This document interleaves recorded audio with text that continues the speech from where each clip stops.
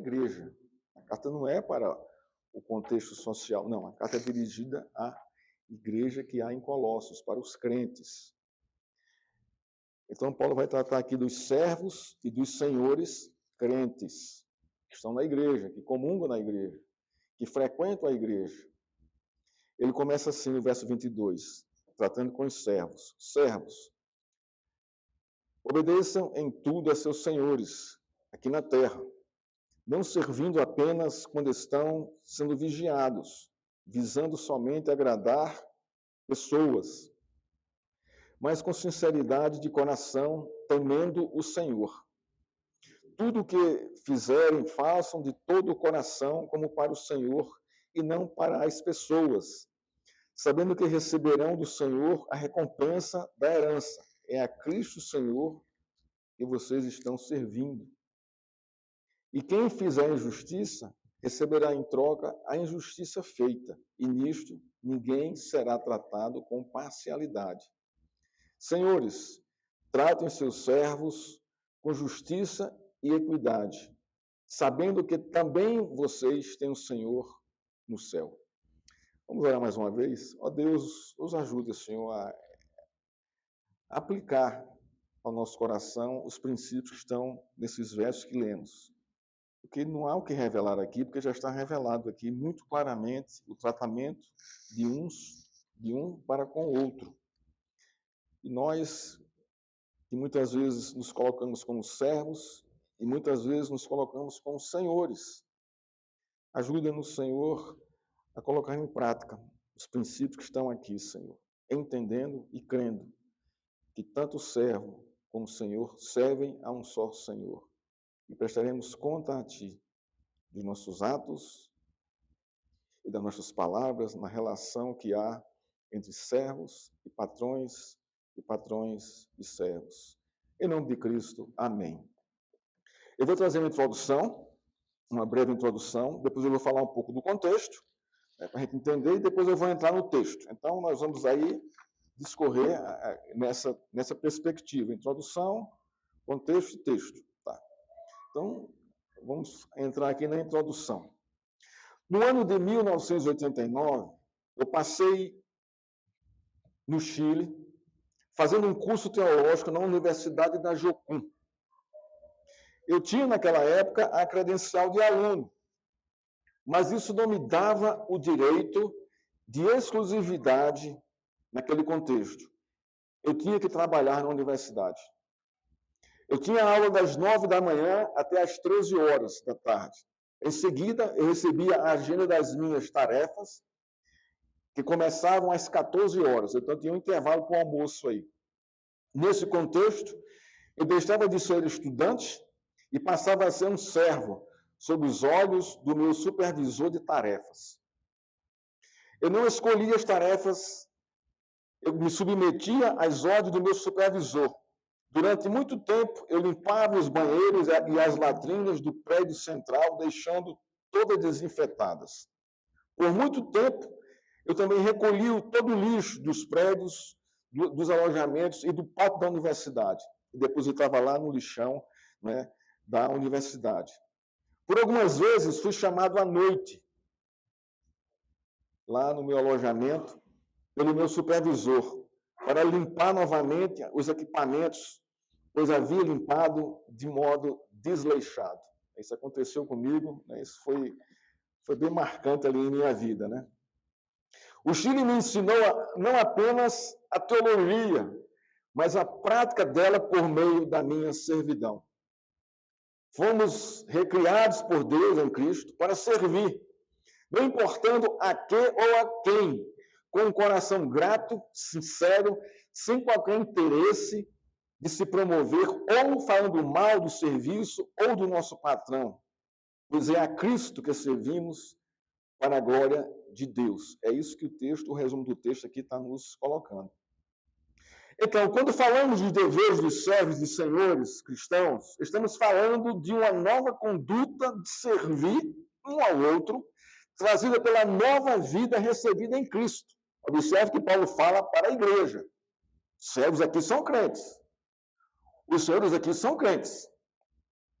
Quando falamos de deveres dos servos e senhores cristãos, estamos falando do novo relacionamento entre essas duas classes de trabalho, trazida por Cristo. A gente muitas vezes não consegue perceber isso aqui, porque o marxismo jogou um contra o outro. Não é verdade isso? Os patrões são sempre os vilões e os servos são sempre as vítimas. Isso é uma mentira, isso é uma ideologia diabólica, irmãos. Diabólica.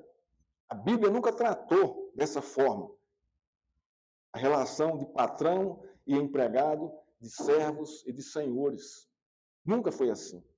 E essa ideologia entrou com muita força, né, no contexto social.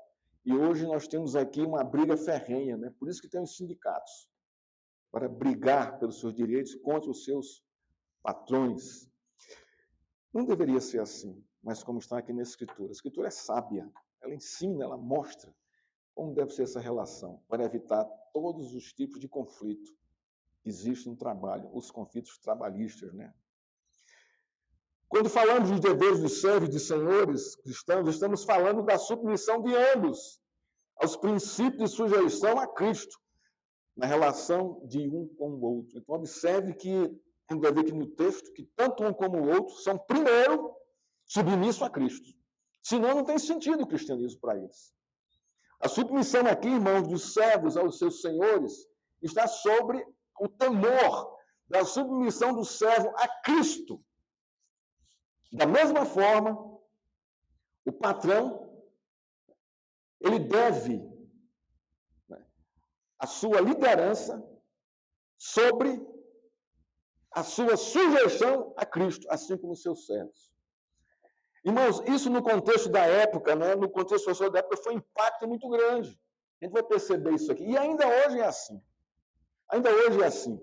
Né? Eu trabalhei em várias empresas privadas. Em várias delas.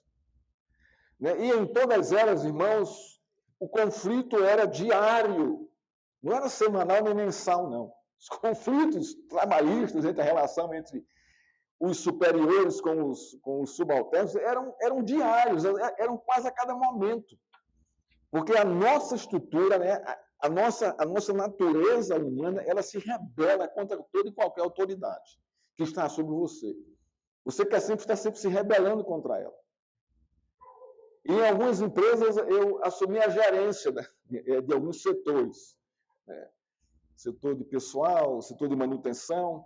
Irmãos, e como era difícil você ter a postura cristã no relacionamento com eles e exigir deles, de uma forma cristã, que eles cumprissem, né, o seu trabalho, a sua função para o qual foram contratados.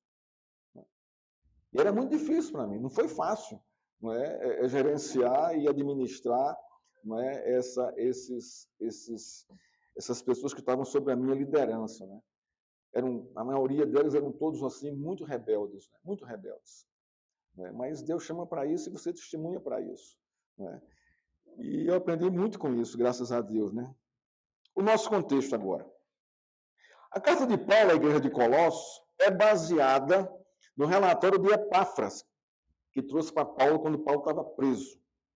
Nesse relatório, ele relata as virtudes da igreja, no capítulo 1, e também as suas lutas contra os falsos mestres e as falsas doutrinas, no capítulo 2. Qual é o objetivo de Paulo quando recebeu essa carta? Pelo menos 3 básicos aqui a gente pode perceber. Primeiro, fortalecer os crentes na doutrina de Cristo por meio da pregação do Evangelho. Isso também está no capítulo 2 e 3, quando ele fala do trabalho árduo de Epáfras em pregar ali o Evangelho. Segundo, combater os falsos mestres e suas doutrinas pela pregação do Evangelho e pelo testemunho, né, na vida das pessoas, na prática dessa doutrina. E, por fim, o terceiro ponto aqui era exortar a igreja a praticar a doutrina recebida do Evangelho de Cristo. Como é que Paulo divide sua carta? Capítulo 1 e 2, pura teologia, pura doutrina. Claro. Capítulo 3 e 4, ele vai fazer o quê? Vai exortar a igreja a praticar a doutrina que ouviram de Cristo. E é isso que nós estamos aqui justamente nessa parte da carta, onde Paulo vai chamar a igreja a aplicar aquilo que eles aprenderam de Cristo pela pregação do Evangelho. O texto anterior, o contexto anterior de imediato aqui, o apóstolo Paulo instrui as famílias da igreja a fazer os deveres domésticos, conforme a nova vida que receberam de Deus em Cristo. Então, ele vai tratar com as esposas que se sujeitam aos seus maridos, a gente viu isso aqui no sermão passado, e aos maridos que amem as suas esposas sem amargura, vai tratar também com os filhos que obedeçam aos seus pais, e vai também tratar com os pais que não desanimem seus filhos. Então, a gente vê que Paulo vem trabalhando aqui grupos dentro da igreja. Ele trabalhou de um modo geral, com a igreja toda, no capítulo 1, 2 e parte do capítulo 3, depois ele parte para grupos específicos dentro da igreja. Então, era uma igreja que tinha toda esses grupos sociais. Famílias, servos, escravos, senhores, patrões e gente solteira de um modo geral também. Paulo, nos versos 22 ao capítulo 4:1, se dirige especificamente aos servos e senhores, revelando como eles devem se relacionar uns com os outros. Agora, nesse contexto, que ambos, tanto os servos como os senhores, foram recriados por Deus em Cristo e receberam nessa nova criação uma nova vida e um novo modo de viver. Então, Paulo vai o quê? Vai instruir a esse grupo a se relacionarem dentro dos princípios cristãos recebidos por meio da pregação do Evangelho.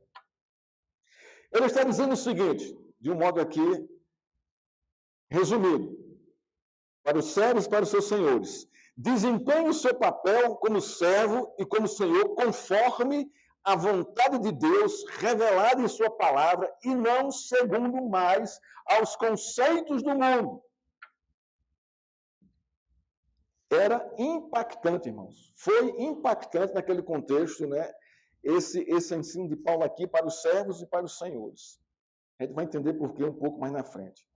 Então, como é que nós vamos dividir aqui o nosso texto aqui para nós expormos aqui? Primeiro, nós vamos observar os deveres dos servos cristãos aos seus senhores, versos 22 a 25. Ou 22 a 24. Seria o mais correto. 25 a gente vai falar à parte. Segundo, os deveres dos senhores cristãos aos seus servos. Capítulo 4, verso 1. E, por fim, as consequências do serviço. Verso 25. Então, nós temos tudo isso aqui, nesse texto aqui. Então, vamos ao nosso primeiro ponto aqui, a nossa primeira tese aqui. Os deveres dos servos cristãos aos seus senhores. No verso 22, como está na sua Bíblia aí, a palavra servo, no grego, é doulos, que significa escravo. Então, a gente podia ler assim: escravos, obedeçam em tudo a seus senhores. Está aí, é correto. Se na sua versão está escravo, está mais correta que a minha, está mais clara aqui o emprego aqui a tradução da palavra. Então, Paulo se dirige aos escravos, membros da igreja de Colossos. Esse aqui é o primeiro ponto que nós vamos tratar aqui e observar aqui. Irmãos, havia escravos crentes nas igrejas do primeiro século, e principalmente no Império Romano. Se você pensa que eram só pessoas livres, não. Haviam livres e haviam também escravos. Haviam senhores e haviam escravos, dentro da igreja. E era comum naquele contexto as famílias terem os seus escravos dentro de casa. Esse é o fato aqui. Então, o primeiro ponto aqui que vai nos impactar aqui já é essa mudança na sociedade. Os escravos estão comungando com os seus senhores, da comunhão com Deus, junto numa igreja. Olha só que coisa assim absurda. Para nós não, aqui que a gente não tem tanta... A gente não está nesse contexto aqui. Mas é comum aqui na igreja, ter um senhor aqui e tem alguém que trabalha para ele. Isso é comum nessa relação aqui. Mas naquele contexto, a coisa era mais pejorativa, era mais pesada. Porque era escravo mesmo. Não é um assalariado, não. É um escravo. E veja como o evangelho aqui começa a impactar aqui o contexto aqui social. Provavelmente, o escravo mais famoso da igreja de Colossos seja Onésimo. Paulo tem uma carta específica para Filemon. Filemon é membro da igreja de Colossos, ou provavelmente havia uma igreja na casa dele. E Onésimo era um escravo dele que havia fugido dele, o havia abandonado, e encontra com Paulo em Roma na prisão. Lá ele se converte. Onésimo se converte. E o que é que Paulo faz? Faz uma carta para Filemon, devolvendo o escravo dele. E ele diz assim: Filemon, eu sei que ele é seu escravo, mas agora ele é crente em Cristo. Trate não só como escravo, trate como irmão em Cristo. Olha só. Onésimo não deixou de ser escravo de Filemon, irmãos. Mas o tratamento agora de Filemon para com ele era como de um irmão para Cristo. Então, a carta de Filemon, ela deve ser lida com a carta de Colossenses, para a gente entender o que está acontecendo naquele contexto ali. Era algo realmente impactante.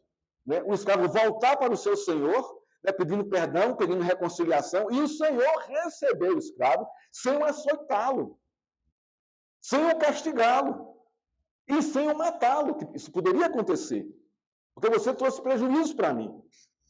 Mas justamente acontece justamente o oposto aqui. Por quê? Porque a graça de Deus havia dominado o coração de Filemon e agora o coração de Onésimo. Então, é lindo demais isso aqui, irmãos. Lindo demais. A carta de Paulo a Filemon revela o poder gracioso do Evangelho de Cristo que transforma vidas e as relações humanas. É o que nós estamos vendo aqui em Filemon. Da mesma forma aqui no contexto da carta de Colossenses, né, o Evangelho aqui vai estar transformando a vida desses servos, desses senhores, e também transformando a relação entre eles. Onésimo antes era inútil para Filemon, mas agora, depois da sua conversão, né, porém, agora ele é útil a Filemon. Paulo diz a Filemon: receba Onésimo não mais como escravo, mas como irmão caríssimo. Olha que coisa, olha que transformação, irmãos. Olha que transformação. Então é disso que trata os versos 22 a 24 do capítulo 3 de Colossenses. O poder do Evangelho de Cristo transformou as vidas e impactou as relações dos crentes da igreja de Colossos, inclusive dos escravos e dos seus senhores. Hendrickson, ele comenta esse texto aqui, ele diz o seguinte, abre aspas: em nenhuma parte das Escrituras é declarado que a escravidão como tal seja uma ordenança divina, tal como o casamento, a família, o sábado e o governo humano. Em si e por si mesmo, não agrada a Deus que nenhum homem seja dono de outro. Então, o que é que ele está dizendo aqui? Que Deus não aprova a escravidão. Nunca aprovou. Mas por que ela aceita? Pelo pecado do coração do homem. Mas o que é que ele está fazendo aqui com o seu evangelho? Transformando essa realidade. Essa é a realidade. Na verdade, irmão, nenhum homem deve possuir o outro. Não é posse sua. Mas, infelizmente, a gente vive hoje no mundo, irmãos, onde isso acontece. Aqui no nosso país, aqui nós não temos conhecimento. Ou nos países lá fora, nos países africanos. A gente tem uma ideia, irmãos, né, do que foi a escravatura. Ou do que foi o comércio de escravos. A história não relata isso com clareza.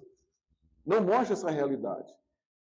Na época da escravidão, da escravatura, a África era um país com recursos financeiros muito altos. Por quê? Porque ela capturava os seus e vendia os seus para fora, para a Europa, né, para o Brasil, para os Estados Unidos. Então, era uma mercadoria. Os africanos capturavam os africanos e vendiam eles com mercadoria. Esse é o ponto. Deus nunca aprovou isso. Nunca aprovou. E eu creio, irmãos, que os missionários, quando começaram a entrar nesses países aí, não é, eles levaram essa mesma mensagem, pregando sobre essa relação, né, trazida pelo Evangelho nesse contexto aí. E não pense que a escravidão no Brasil acabou, né, simplesmente porque acabou. Não, irmãos. A igreja já orava. Havia homens sérios cristãos que estavam ali, né, lutando para que essa coisa, esse comércio, isso acabasse, né, isso fosse, né, exposto. Né? E nos Estados Unidos criou a Guerra Civil Americana. Olha só, a que ponto chegou lá nos Estados Unidos? A Guerra Civil Americana foi por causa da abolição da escravatura, de tornar o escravo um homem comum como outro americano qualquer. Então, houve ali o racho, né? O norte e o sul. Né? O norte, o sul precisava mais. Eu não sei bem qual é a relação ali. Eu sei que a guerra americana civil foi por causa da escravatura. Né? O Rennes continua. Agora, preste atenção nisso aqui. Abre aspas. O mundo romano estava cheio de escravos. Estima-se que só em Roma, em uma dada época, ele não traz aqui qual era a época, cerca de 1/3 dos habitantes pertencia a essa classe social. Então, imagino que é 1/3 do império só de escravos. Haviam se tornado escravos por alguns motivos. Primeiro, por causa das guerras. Os conquistados se tornavam escravos de Roma. Segundo, eram condenados. Então, se tornavam escravos por algum crime, se tornavam escravos de Roma. Ou por causa de dívidas. Se vendiam para pagar suas dívidas, se tornavam escravos. Ou por sequestro.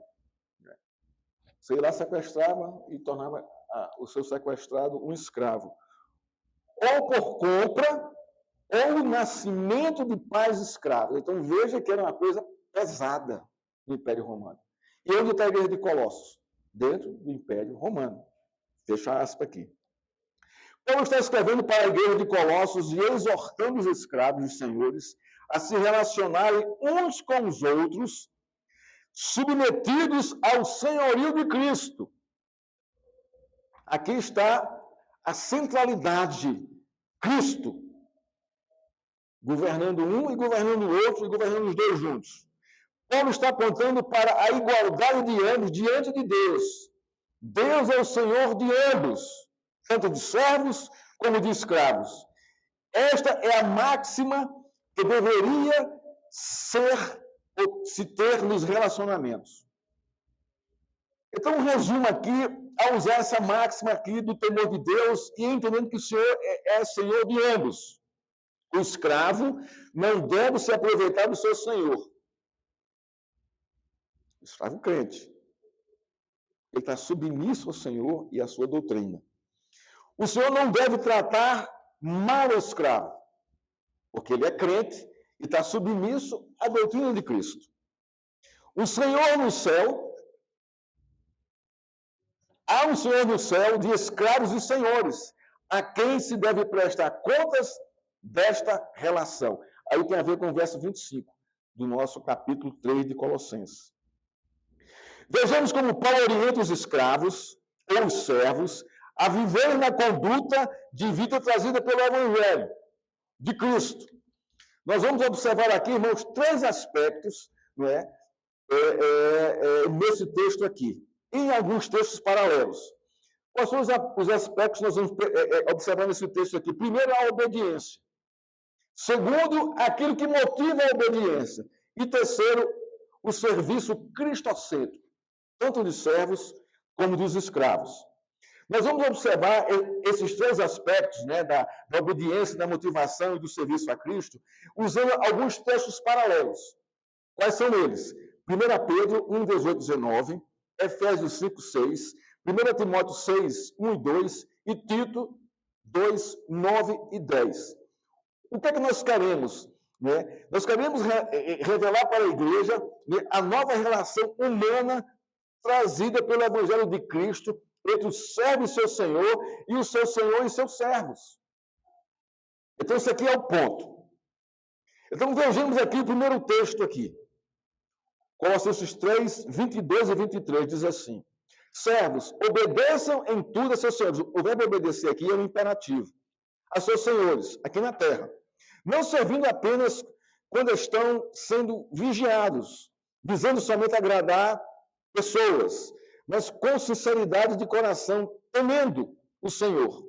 Tudo que fizerem, façam de todo o coração, como para o Senhor e não para as pessoas, sabendo que receberão do Senhor a recompensa da herança. O que é chocante nesse texto aqui? Irmãos, servo tem herança? No contexto humano? Qual é a herança de um escravo? Não tem herança, irmãos. Mas, para Deus, ele tem uma herança.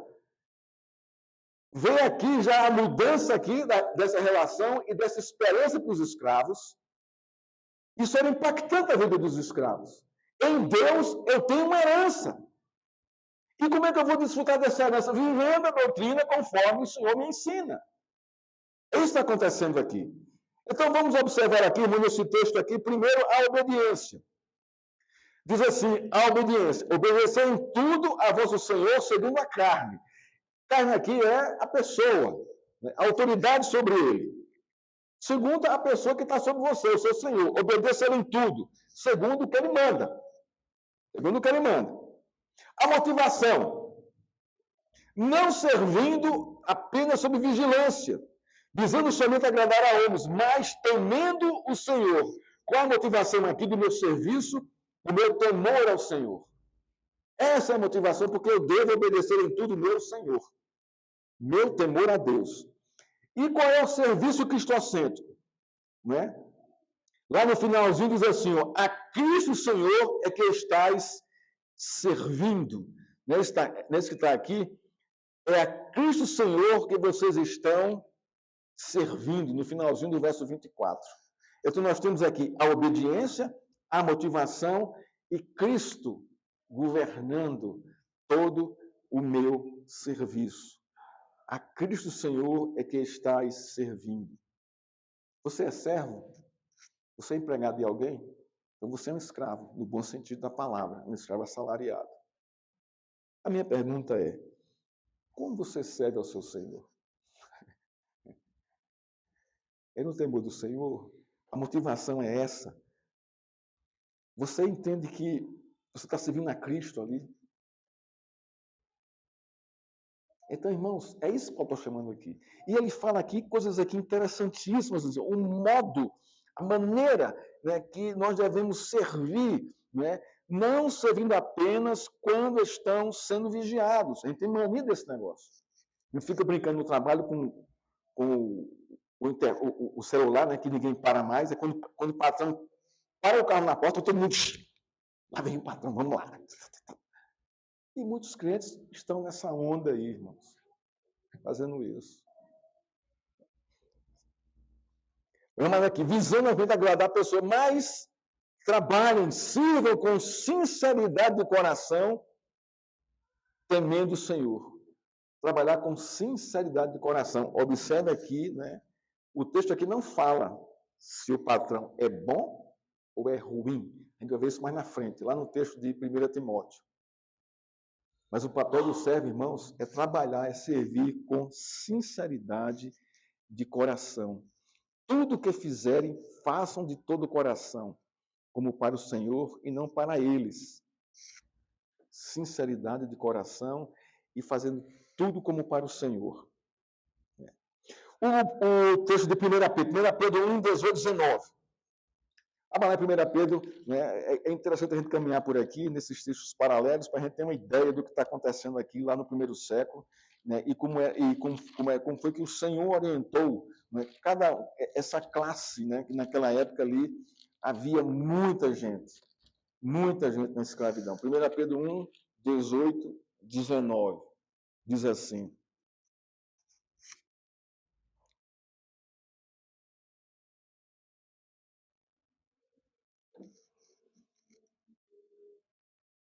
Não, acho que é o capítulo 2. Aqui eu errei aqui. 2, 18, 19. Desculpe, irmãos.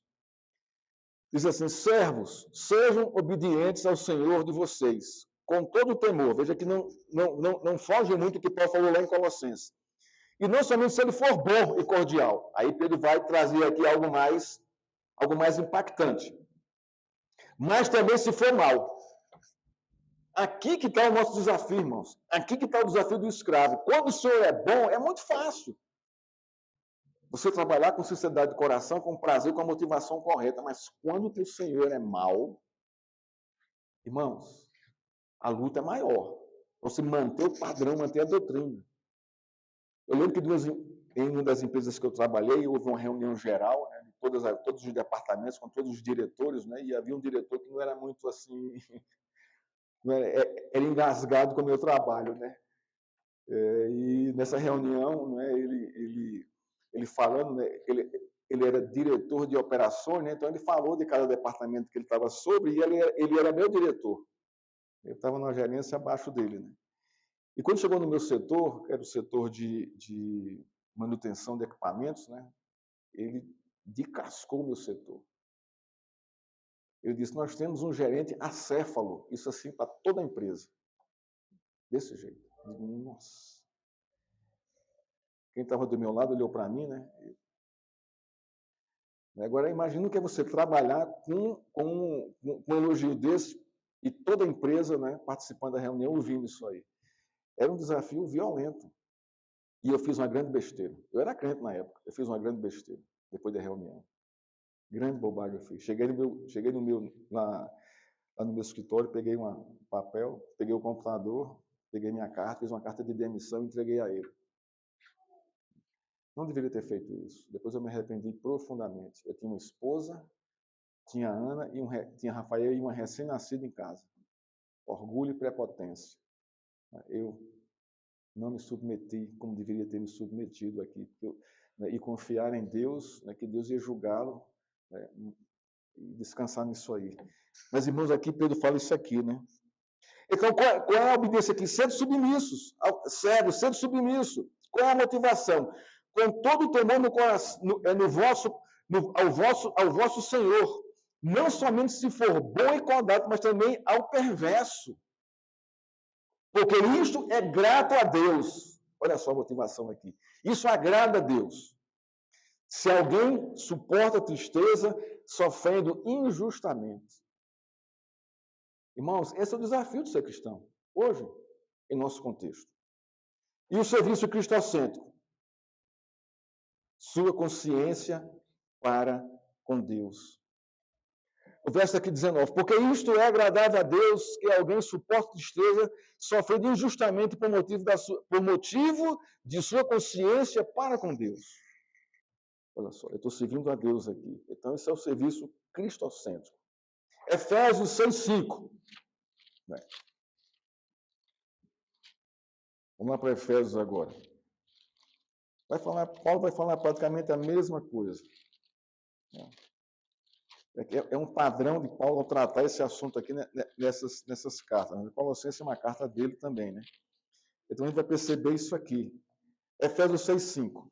Quanto a vocês, servos, obedeçam a seus senhores aqui na terra com temor e tremor, com sinceridade do coração, como a Cristo. Não servindo apenas quando estamos sendo vigiados, somente para agradar pessoas, mas como servos de Cristo, fazendo de coração a vontade de Deus. Olha aqui. Então, Paulo aqui faz um Ctrl-V, Ctrl-C lá para a carta de Colossenses. Qual é a obediência aqui? Obedecei a vosso Senhor segundo a carne. Segundo o que ele manda. A motivação, com temor e tremor. E Cristo no centro, na sinceridade de vosso coração. 1 Timóteo 6:1-12. Vamos lá para 1 Timóteo 6:1-12. Por que eu estou fazendo isso, irmãos? Para vocês verem, né, que Paulo aqui, ele não foge ao padrão aqui. Ele está escrevendo aqui para essas igrejas usando o mesmo padrão de doutrina, sem alterar nada, sem modificar nada, instruindo as igrejas a doutrina de Cristo.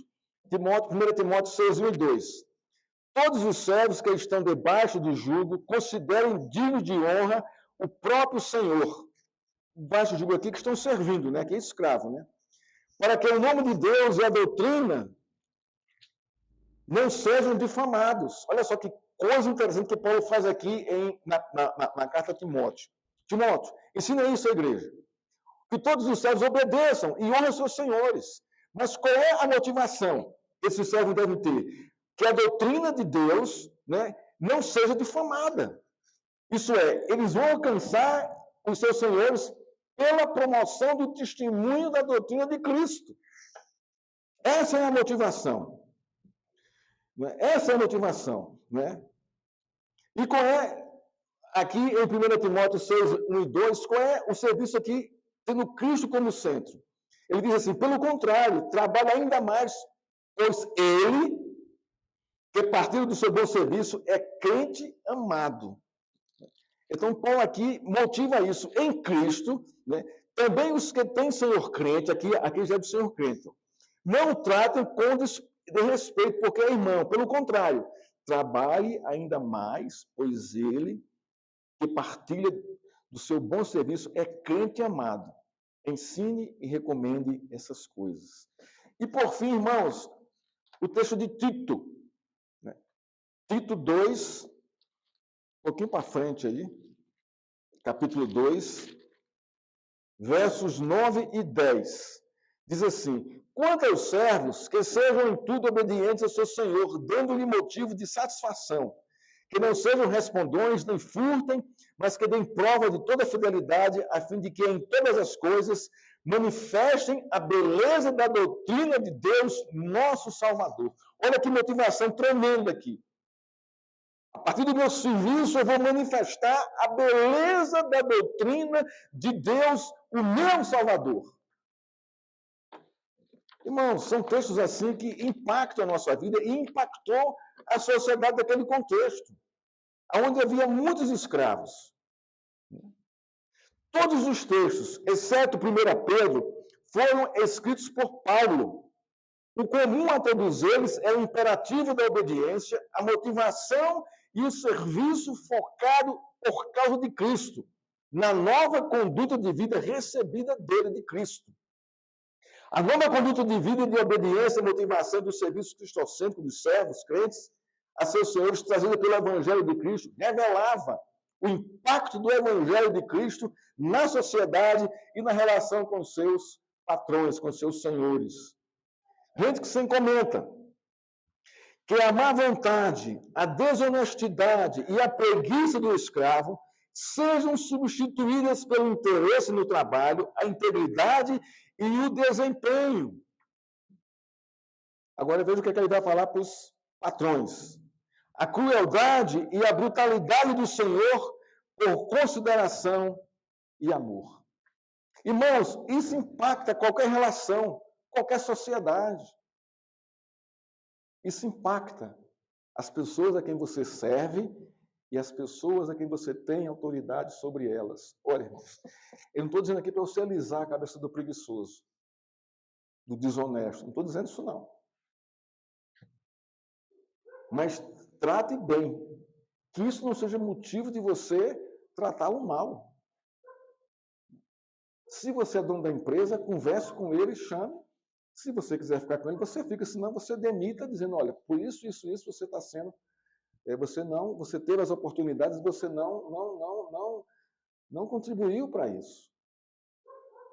Se você é servo e você tem um patrão bom, irmãos, trabalhe com alegria e com gozo, dando graças a Deus por isso. Ore por ele, pela empresa, para que a empresa dele cresça, prospere, sabe? E trabalhe com sinceridade de coração. Mas se seu servo, se seu patrão é ruim, ore por ele. Não desista facilmente. Não faça isso. Não faça isso. Porque Deus, por meio do seu testemunho, ele pode ser alcançado pelo Evangelho de Cristo. O modo que você trata não só a ele, como também os outros. O modo que você o trata quando recebe as patadas dele. Os palavrões, não é? Aquela linguagem que muitas vezes os patrões têm quando perdem a cabeça e degrinem mesmo e machucam mesmo. Mas, sabe, não desista, porque Deus é o juiz. É quem vai julgar tudo isso. Descansa no Senhor e segue firme no teu testemunho. É justamente esse tipo de mudança que o poder do Evangelho de Cristo estava produzindo na relação entre o escravo e crente e seus senhores crentes, ou não crentes. Uma mudança radical de mente e coração na relação entre o empregado e seu patrão. Isso significava, né, o nome do Senhor. E o Evangelho, né, se espalhava, trazendo o testemunho de Cristo nessa relação. Algumas perguntas básicas aqui para a gente aqui, né, para mim e para você. Será que o Evangelho de Cristo atingiu nossa vida a esse ponto? Temos aqui na igreja servos e patrões. É uma realidade. Será que o Evangelho de Cristo tem transformado a vida dos servos para que ele obedeça a seus senhores, sejam motivados para servir com integridade, honrando seus senhores? Será que o servo crente, no local onde trabalha, é obediente, apaziguador, conciliador, respeitoso, responsável e honra seu patrão, os horários, cumpre a sua tarefa com alegria, com gozo? Ou será que o servo crente é encrenqueiro, insatisfeito, provocador, rebelde, preguiçoso, enrolão, de má vontade, crítico, cheio de direito e de vontade? Que é assim que muitas vezes é. Eu lamento muito, irmãos, se alguém aqui tiver essas características aqui de crentes e está servindo desse jeito aos seus patrões. É hora de pedir perdão a Deus e mudar totalmente de atitude. Você vai ver a graça de Deus fluir. Afinal, quem somos diante de nossos senhores? Somos realmente crentes servos de Cristo ou apenas professamos a fé por conveniência e interesse? Nesta vida, irmãos, ora estamos na posição de servos, ora de senhores. Seja lá qual for a posição que você esteja neste momento. Lembre-se, você é uma nova criatura, nascida de Deus, por meio de Cristo. Sua vida e sua conduta de vida agora é totalmente nova e separada inteiramente do mundo e dos seus conceitos. Viva para a glória de Deus, obedecendo em tudo a seu Senhor e Salvador. Ame os seus patrões, ame os seus colegas de trabalho. Sirva ao Senhor. Agora vamos ver os deveres dos senhores. Paulo passa a exortar, agora no verso 4:1, de Colossenses, os senhores, para quem vive segundo os princípios do Evangelho de Cristo, no tratamento para com seus servos. Bush comenta, abre aspas, aqui um comentarista sobre esse texto aqui. Agora, porém, chegamos ao que deve ter sido o caso mais chocante de reciprocidade para os primeiros leitores. Não teria surpreendido ninguém se Paulo ensinasse as obrigações dos escravos para com seus senhores. Não teria nenhum impacto aí. Mas surpreendeu a todos quando Paulo ensina aos seus senhores que eles também têm obrigações para com seus escravos. Aí a coisa rachou. Aqui que é o impacto. Porque geralmente, irmãos, a gente, quando estamos na posição do Senhor, a gente sempre acha que tem razão. A gente faz errado, mas a gente quer ter razão. A gente se posiciona dessa forma, dizendo que o empregado é que está errado.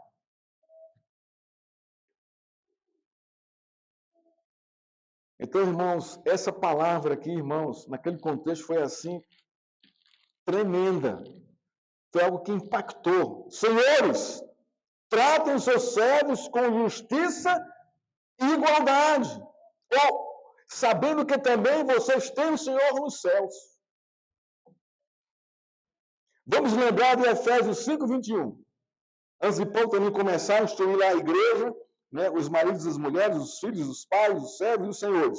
Ele diz assim no verso 21 do capítulo 5. Sujeitai-vos uns aos outros no temor do Senhor.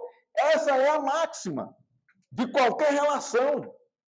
Seja de servos e patrões, patrões e servos, seja de esposas e esposos, esposas e esposas, seja de filhos e pais e filhos. Essa é a máxima. Sujeitai-vos uns a outros no temor do Senhor. Cristo é o centro. Então, esta é a regra máxima que deve regular as relações pessoais, seja na comunhão dos santos na igreja, seja na relação marido e mulher, pais e filhos, de servos e senhores e servos. Quando as relações cristãs fogem dessa máxima divina, os conflitos, as discórdias, as intrigas e as guerras acontecem. Justamente aqui. Eu estou vendo um documentário, abrindo aqui um parênteses aqui, sobre a Segunda Guerra Mundial. Um documentário bem histórico, bem embasado, com vários historiadores, vários comentaristas. Eles trazem um relato da Segunda Guerra Mundial que, para mim, foi novo. Para mim, foi muito novo. E no que eles trouxeram, né, relatando, né, a Segunda Guerra Mundial, o que eles trouxeram foi o seguinte, que a guerra poderia ter terminado antes, muito antes. Mas por que não terminou? Pelos conflitos dos generais da coligação, né, para derrubar Hitler, para derrubar o nazismo.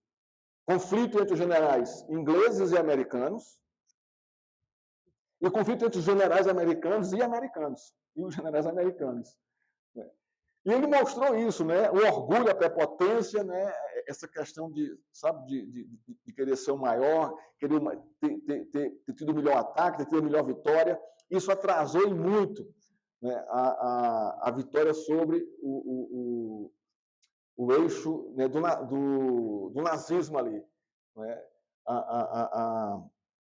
Então, isso é uma coisa terrível ali. E ele mostrou isso, nas batalhas que foram perdidas por causa dessa disputa entre os generais do grupo, né, que estava ligado ali para destruir o nazismo. Né? E a guerra atrasou. Mas por quê? Por causa do orgulho. Mas por quê? Porque essa máxima, irmão, de se sujeitar uns aos outros no nome do Senhor, estava fora do contexto.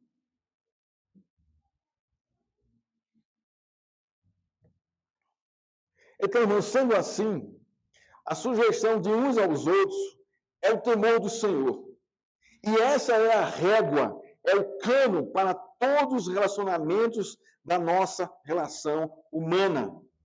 A mutualidade da sujeição no temor do Senhor vai destruir o orgulho, a prepotência, a arrogância, a superioridade, a divisão nociva de classes, de cor, colocada pelos conceitos do mundo e pelos conceitos sociais.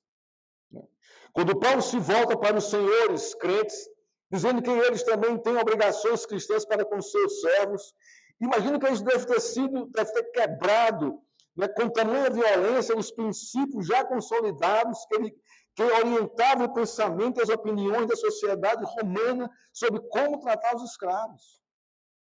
É justamente isso que o Evangelho de Cristo faz quando é pregado no poder do Espírito Santo.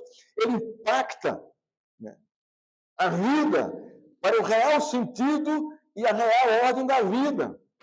Paulo diz, senhores, tratai os servos ou tratai os escravos com justiça e com equidade, certo de que também vós tendes Senhor no céu.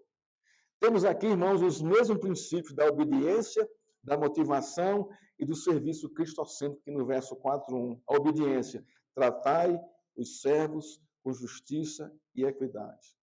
A motivação, a certeza de que também são servos de Deus.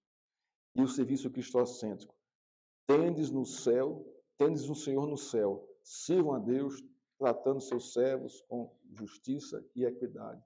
Sirvam a Deus como se estivesse servindo a Cristo. A mesma coisa aqui.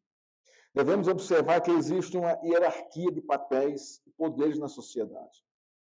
Mas isso não significa que os senhores são absolutos, intocáveis, ou os patrões são absolutos, intocáveis, e os servos são a classe mais baixa que deve ser indiscriminadamente, né, inferior aos seus senhores. Isso se chama de tirania e não de cristianismo. Mas isso não é motivo para eu me rebelar contra o meu servo, com o meu patrão. É muito simples, irmãos. Sirva ao Senhor para você ver o que é que vai acontecer. Creia nisso. Deposite sua fé nisso. Eu vou seguir o que Deus está mandando aqui, mesmo trabalhando para um patrão ruim, tirano. No cristianismo, os papéis e os poderes são dados por Deus para que cada crente serva o Senhor, sob o temor e a submissão a Deus, sirvam uns aos outros dentro da esfera de seus papéis.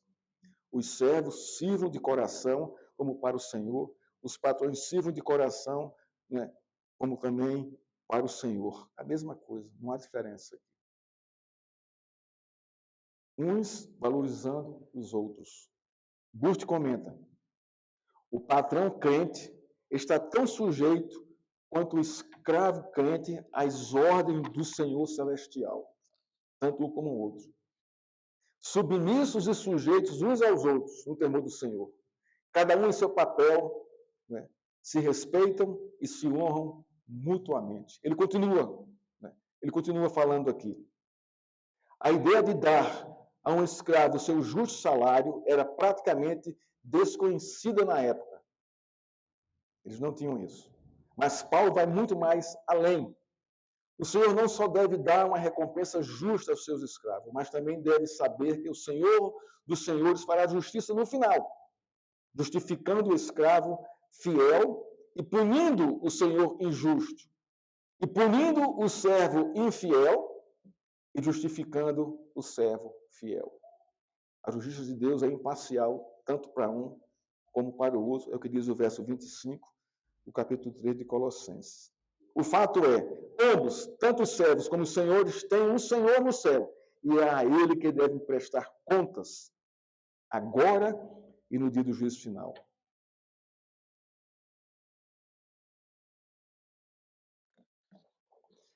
Terceiro ponto da nossa exposição, irmãos, verso 25. Esse verso aqui parece que está fora, né, do contexto aqui do texto, mas não está. Ele vai reger aqui, não é, os dois polos aqui, os servos e os senhores, e também vai reger toda a relação de marido e mulher, mulher e marido, pais e filhos, filhos e pais. Diz assim o verso 25. Quem fizer injustiça, receberá em troca a injustiça. E nisto, ninguém será tratado com parcialidade. Vamos entender isso aqui. O verso 25 se aplica a toda a lista de Paulo: esposas, maridos, filhos, pais, servos e senhores. Esse verso é central, pois se Deus chamou sua igreja em Cristo a seu reino de justiça e paz, não faz sentido ela praticar injustiça como se ainda pertencesse ao mundo. Aqui com relação a esses grupos: esposas, maridos crentes, filhos crentes, pais crentes, servos crentes, senhores crentes. Deus, no verso 25, revela sua santa ira contra todos que praticam a injustiça, isto é, que quebram a sua lei, seja servo, crente, seja patrão, crente. Nesse julgamento não há acepção de pessoas. A recompensa vem. Se for injustiça, receberá a recompensa produzida pela injustiça. O castigo na terra e o castigo eterno, se você não se converter, não se consertar. Se for obediência, receberá a recompensa produzida pela obediência, a herança eterna com Deus no céu. Está no verso 24, isso aqui, quando ele fala isso para os escravos, eles vão receber essa herança. É uma linguagem também escatológica, porque aponta para o dia em que haverá um julgamento final para todos, e cada um receberá a recompensa conforme as suas obras. Espere a Deus que as suas obras sejam obras de justiça. E se você fez de injustiça, se arrependa e conserte isso e caminha para frente, caminha para o Senhor, caminha testemunhando o Senhor. Burt comenta mais uma vez aqui a respeito desse verso aqui. A certeza do julgamento divino deveria ser um forte encorajamento para o crente na sua própria vida de justiça e santidade. Mas é igualmente um forte conforto quando ele se vê desqualificado ou insultado por outros, ou quando sofre abuso. Ele suporta tudo sabendo que Deus é o seu defensor. Irmãos, não se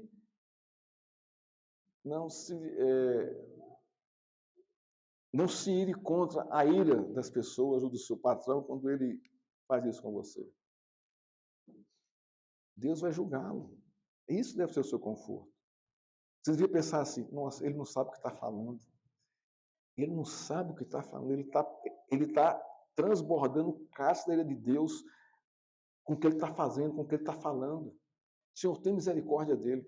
Então, rebata isso dessa forma.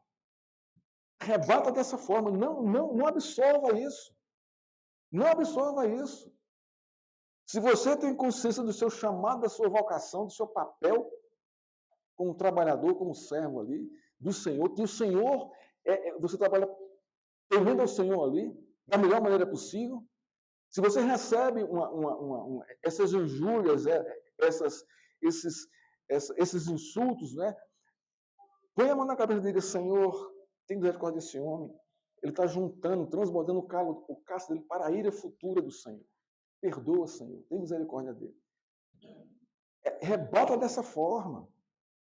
Não baixa a cabeça e se... Ai, coisa chata. Ele está me batendo com injustiça. Tal. Isso não vai adiantar nada. Vai prejudicar a sua vida. Eu passei por isso e agi assim e foi terrível para mim. Terrível para mim. Timóteo fala sobre isso. Esse é o impacto, irmão. Essa advertência de Deus para a sua igreja e para todos os seres humanos. Deus adverte todos, sejam crentes fiéis, que se submetem à sua palavra, sejam os membros da igreja, esposas, maridos, filhos, pais, servos e senhores. Haverá um julgamento final e cada um receberá a recompensa das suas obras. Cada um, sem exceção.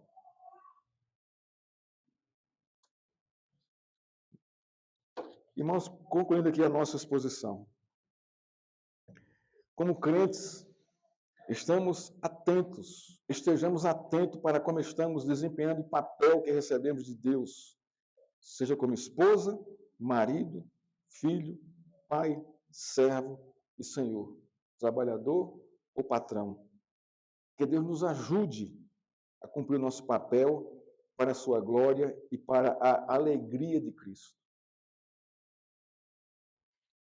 Nós encerramos aqui, irmãos, essa exposição, né, Paulo tratando desses grupos na igreja, né, e deixando por final essa relação entre senhor, servo senhor ou servo escravo e patrão e empregados. Que Deus nos ajude, irmãos, a nos submetermos, né, aos seus princípios, mesmo contra a nossa vontade.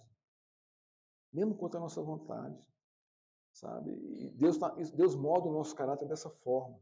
Ele usa, né, esses meios para moldar o nosso caráter e nos fazer pessoas melhores, iguais a Cristo. Que Deus nos abençoe e nos dê a força de continuarmos seguindo como servos, como empregados e também como patrões. Ou quando nós estivermos no papel de patrão, ou, né, quando nós estivermos no papel de servos, né, sejamos, não é, aplicando ao nosso coração esses princípios, né, de Deus no nosso coração.